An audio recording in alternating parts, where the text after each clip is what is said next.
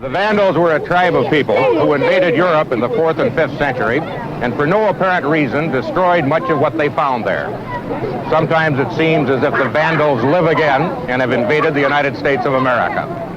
On every hand, you see public and private property defaced, destroyed, or mutilated for no reason the normal adult mind can comprehend. I suppose the reason is that the act of destruction gives pleasure to the people who do it. It's as if there were not enough good things in the world to go around, and those missing out take their pleasure by destroying what others enjoy. The Vandals, an ABC News broadcast with Harry Reasoner and a cast of thousands. In recent years, it's been popular for critics of our culture to suggest that any change man has made in the way nature had things when he got here is a change for the worse, that we've done nothing to the face of the earth except to make a mess of it. Well, that's not true. The fact is that in sheltering and feeding and amusing ourselves, we've made some alterations to nature that are in all ways for the better. The trouble is that there are 210 million Americans now, and it seems as though more of us know how to take things apart than how to put them together. And then there's a thoughtlessness, a rudeness, a deliberately destructive attitude that seems to prevail. It's making America less good as a place to live by making less attractive both the things man found when he got here and the things he's built since he came. The destructive nature of vandalism is not like a dropped bomb. It's small and not very dramatic, but the evidence of it is everywhere. There are 290 national park sites in the United States, and considering American taxpayers put out $226 million to operate these nature preserves, you would think they'd be more careful in them. 1,300 park rangers are not enough of a police force, even in the woods. Campers are illegal in any but designated campsites in many of the parks, but people don't pay much attention to the rule. You wonder how anyone with sensitivity enough to be attracted to the forest can be so insensitive to its charm as to hack up a living tree to feed his campfire. On every hand, you see trees mutilated or chopped down for no reason at all, except that some idiot was given an axe for Christmas and wanted to use it. Park rangers say the people who go deepest into the woods do the least damage. Somehow it often seems as though it is the loveliest parts that the vandals choose to despoil.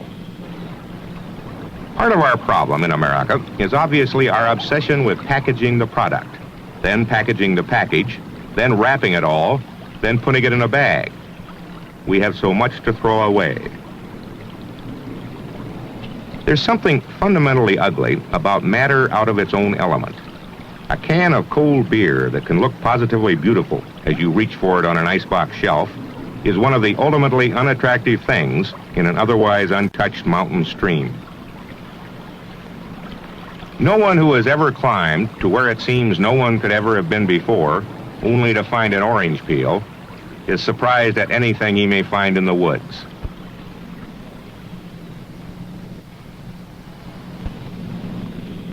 Every once in a while, your faith in mankind is revived. We were documenting this broadcast on a trail in the Pocono Mountains when this young man appeared. He was picking up litter left by others and carrying it down the mountain in a plastic bag. He was not interested in our attention to him. The memorials erected in the parks to honor the heroes of another day are largely ignored by everyone except the vandals. It costs $10,000 a year to repair the damage done by vandals here at Grant's Tomb alone. The stone beak of this eagle guarding the entrance of the National Monument was broken off by some mindless marauder. Money can't repair this. The vandals used the statues as memorials of their own, and the statues stand now not in honor of the dead, but as testimony to the selfish ignorance of some of the living. One of the most expensive things about vandalism is the steps that have to be taken to prevent it. Museums and libraries have added guards and detection systems. The Kennedy Center in Washington was almost vandalized out of business in its first week of operation. Culture lovers took everything that wasn't nailed down. They came back later with a claw hammer to take what was. A total of $1.5 million worth. Such cultural parthenons as Lincoln Center in New York have spent millions protecting themselves. Lincoln Center has an elaborate system with 18 hidden cameras that keep their electronic eyes on every nook and hallway of the complex. Below, the sergeant of the guard watches for troublemakers, petty thieves, and graffiti artists from nearby schools. Lincoln Center is nervous but fairly successful in minimizing vandalism.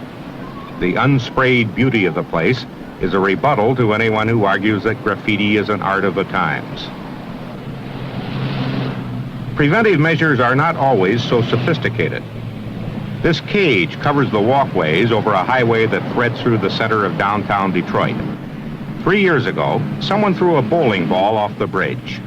The ball dropped through the windshield of a passing car and killed the driver.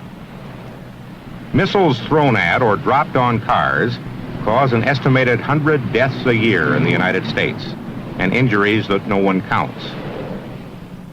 Between mismanagement and vandalism, many of the nation's railroads look like rolling junkyards. When a passenger car gets to the end of the line after a day's run, it's a question of whether to turn it around or throw it away. In 1970, 145 Penn Central passengers or crewmen were seriously hurt by objects thrown by vandals at passing trains. We're all paying more for our cars because of the vandals. General Motors has been shipping 3 million cars a year by rail.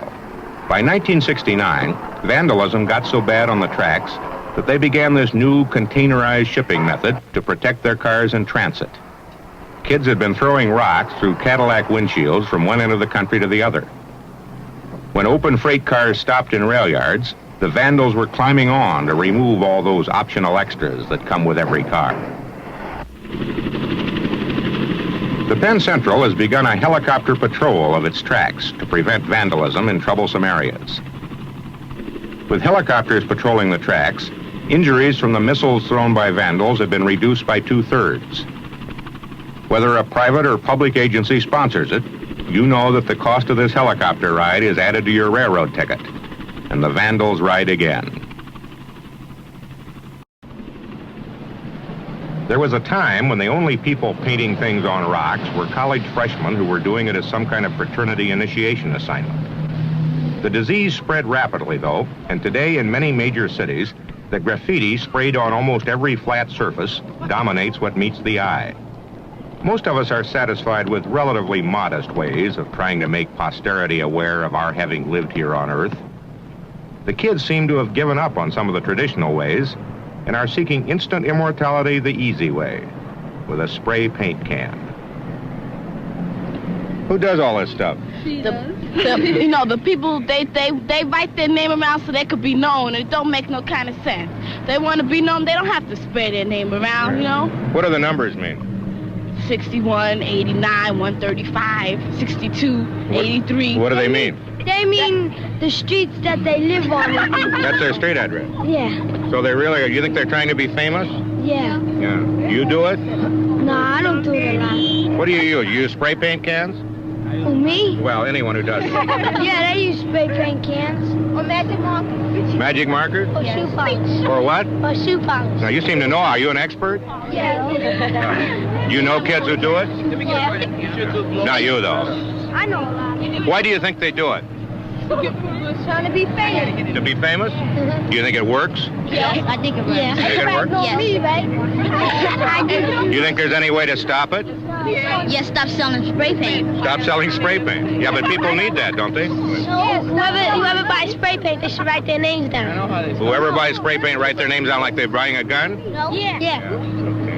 How many of the kids do you suppose do it around this neighborhood? 1 out of 3? 1 out of 2? What? 1 out of 3. 1 out of 3? How many? Practically the whole project. So live over there, man. Everybody write their name around. There's a boy named Lucky. Yeah. Lucky 62, boy. He writes his name all over. Everywhere? And Joe 45th. He's a real big shot. Boy named Joe 45th. Yeah, he's a big shot. I think if they stop showing their names in the newspapers, maybe they would stop doing it. I mean, maybe we even shouldn't be here. No, like y'all throw when they spray their name, they want it to be shown on the newspaper. So y'all show it and they get what they want. But if y'all won't show it on the papers no more, they won't do it because they know it ain't gonna get around. Might be an idea.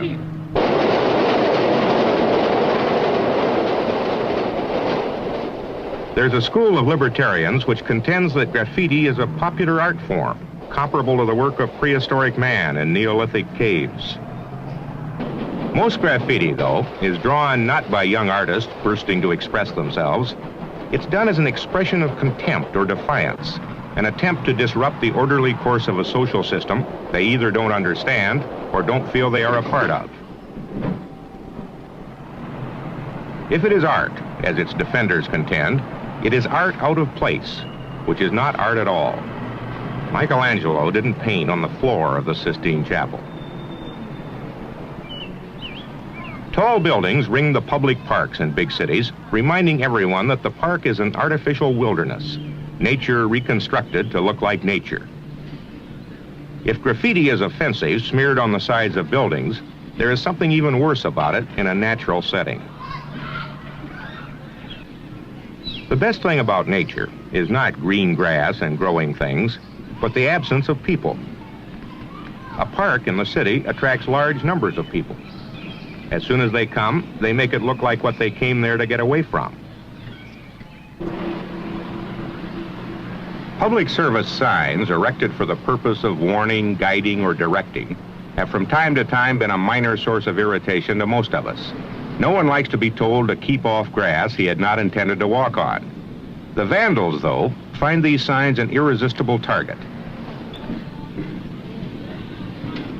The residue of pleasure in America is garbage. We seem always to make a mess having fun. Our grossest national product is empty beer cans.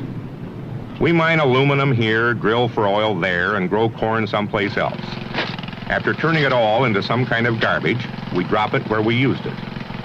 We ruin both the ground we took it from and the ground we drop it on. Eventually, we will have taken the earth apart, piece by piece, and put its components back in disarray. Anyone looking for aluminum would have to sift the whole world to find it all.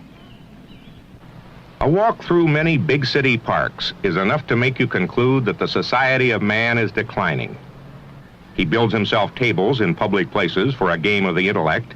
They are destroyed by what appear to be the superior forces of the enemies of intellect. Anyone looking for a quiet place to sit in many parks is apt to find that the wooden slats of the benches have been broken for fun in summer or burned for warmth in winter. Designing park equipment has become a contest between engineer and vandal. The engineer tries to design the indestructible bench. The vandal tries to find a way to destroy it. So far, the vandals are leading.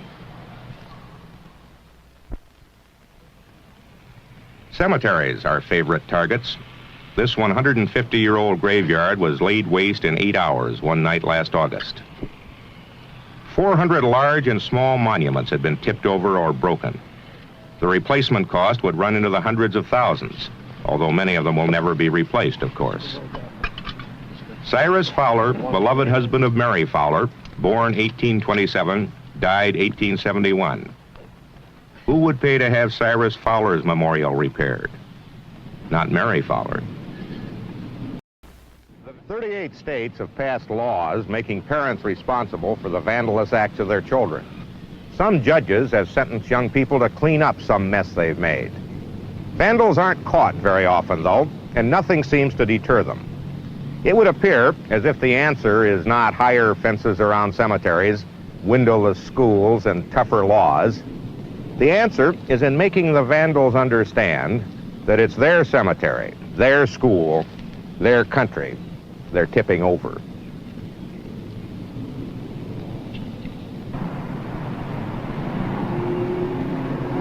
Last year in the United States, schools estimated their loss from vandalism at $151,431,000.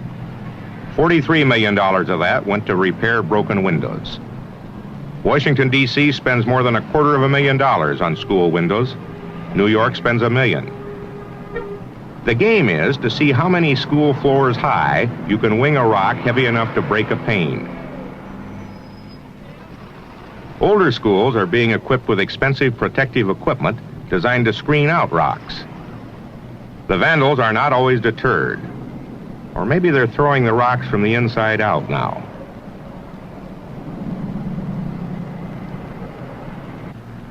New schools in many cities are being designed without exterior windows at all. They present a solid facade of brick and nothing for a daydreaming student to stare out at. Last year, $20 million worth of classrooms were deliberately set on fire. In Los Angeles, school insurance rates are up 50% in 5 years because of the frequent incidents of arson. There probably aren't many among us who at one time or another have not pounded on the coin box of a public telephone in anger, trying to get our dime back. The telephone company has made its equipment relatively impervious to this kind of treatment. Knowing their clientele, they expect it. The destruction of telephone coin boxes is something different, though, and it is a very popular way the vandals have of expressing their discontent, not so much with the phone company, but with society in general. Bell Telephone, which owns 90% of all the instruments in the country, spent $12 million repairing the work of the vandals in 1971. Guess whose telephone bill that goes on? If 10 million cars flow smoothly off the Detroit production lines every year, there's nothing smooth or systematic about what happens to those 10 million cars a few years later when they reach the end of their own line. It can cost more to fix a car than the car is worth. Sometimes it can cost more just to tow it to a garage than the car is worth. So a lot of them are abandoned after an accident. It isn't long after that that the vandals go to work. A halfway decent set of tires won't last an hour on an abandoned car. We set up a camera on the roof of a house opposite a wounded car on a New York City street and watched what happened over a period of 14 hours. The car was left sometime during the night. We started filming about 10 a.m. The first interested party we saw wanted to check things out. We couldn't tell whether he was interested in the legal issues, like who owns it, or the radio. Maybe he just wanted a good book to read. The license plates go quickly. Maybe the owner himself decided to take them. Once they're gone, the car is legally abandoned. There has never been a toy devised for kids that they like as much as one they improvise themselves. It's a feature never emphasized in new car ads, but abandoned cars provide a lot of city kids with some of their happiest hours. I suppose that might be the answer to the old car problem. For $15 or $20, each of us could give our younger children an abandoned car for Christmas. Of course, there are always a few spoil sports who don't approve of kids having a good time. Some don't care, of course. You get right out of that car and get home. Looks like a perfectly good aerial here.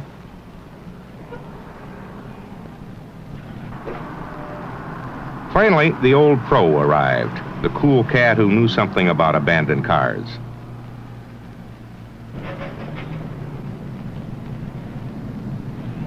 Let's see here. Rear end looks okay. The parts of a car are worth more separately than together. A generator could bring $15, a carburetor $20. A set of used tires with a little rubber left might bring $7 or $8 apiece. Don't you wish you could get your car checked this carefully when you bring it into a garage? Of course, what really matters is what's under the hood and underneath everything.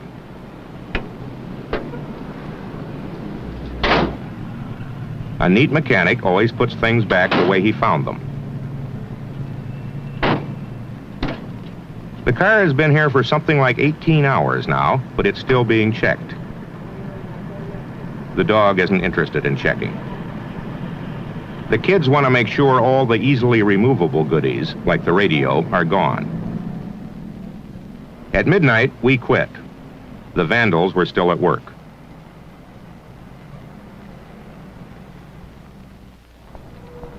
The vandals go after anything left out in the open. Not even something as sturdy as a fire alarm call box is safe. False alarms cost the city of Chicago 25% of its firefighting budget last year. 1 out of every 3 calls in Philadelphia was a false alarm put in by a vandal. Half the time when the firemen do find something burning, it is something that would not have burned if it hadn't been set on fire. Most of the fires are not very serious, but they consume the time of the firemen and frequently take them away from a fire that is serious.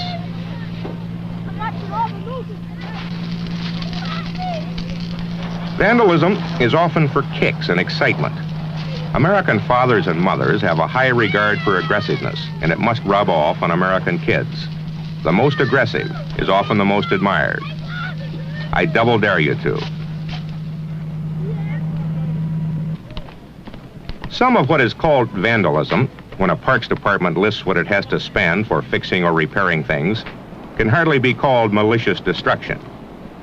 A lot of it is kids doing the sort of thing kids have always done. It might be called harmless, except that a lot of expensive equipment put there for everyone is broken by a few. Everyone knows that half the fun of playing with something is using it in a way it was not intended to be used. These used to be swings for the young children in this area. The chains that hung from the crossbar have been cut down because the older boys and girls use them as weapons of war.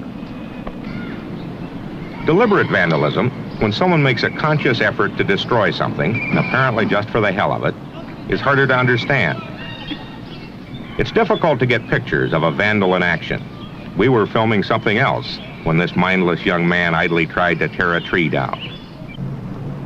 In 1970, a Senate Committee on Juvenile Delinquency found that there had been a 35% increase in incidents of vandalism in the previous 3-year period.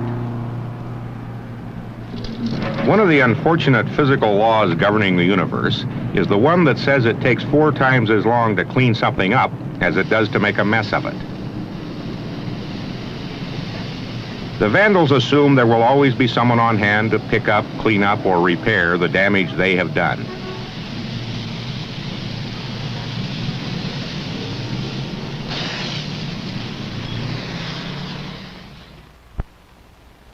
It's hard to begin a report like this without having some preconceived notions of what you're going to find. We had some, but a strange thing happened in the course of the filming we did. Nothing seemed to fit precisely our idea of what vandalism was. We kept going back to the dictionary. Kids writing on walls isn't malicious, it's a call for attention. Throwing beer cans in the woods isn't willful anything, it's slovenly. Chopping down trees in a national park is stupidity. Taking parts from a Cadillac in a rail yard is theft. Tipping over tombstones or killing the animals in a children's zoo isn't the work of vandals, it's the work of someone very sick. In spite of our discomfort, we called them all vandals. Basically, it's that those of us who like things the way they are try to keep them that way. Those who are dissatisfied try to destroy them. In ancient Rome, the Vandals won. Here, the battle rages. That's our report on the Vandals.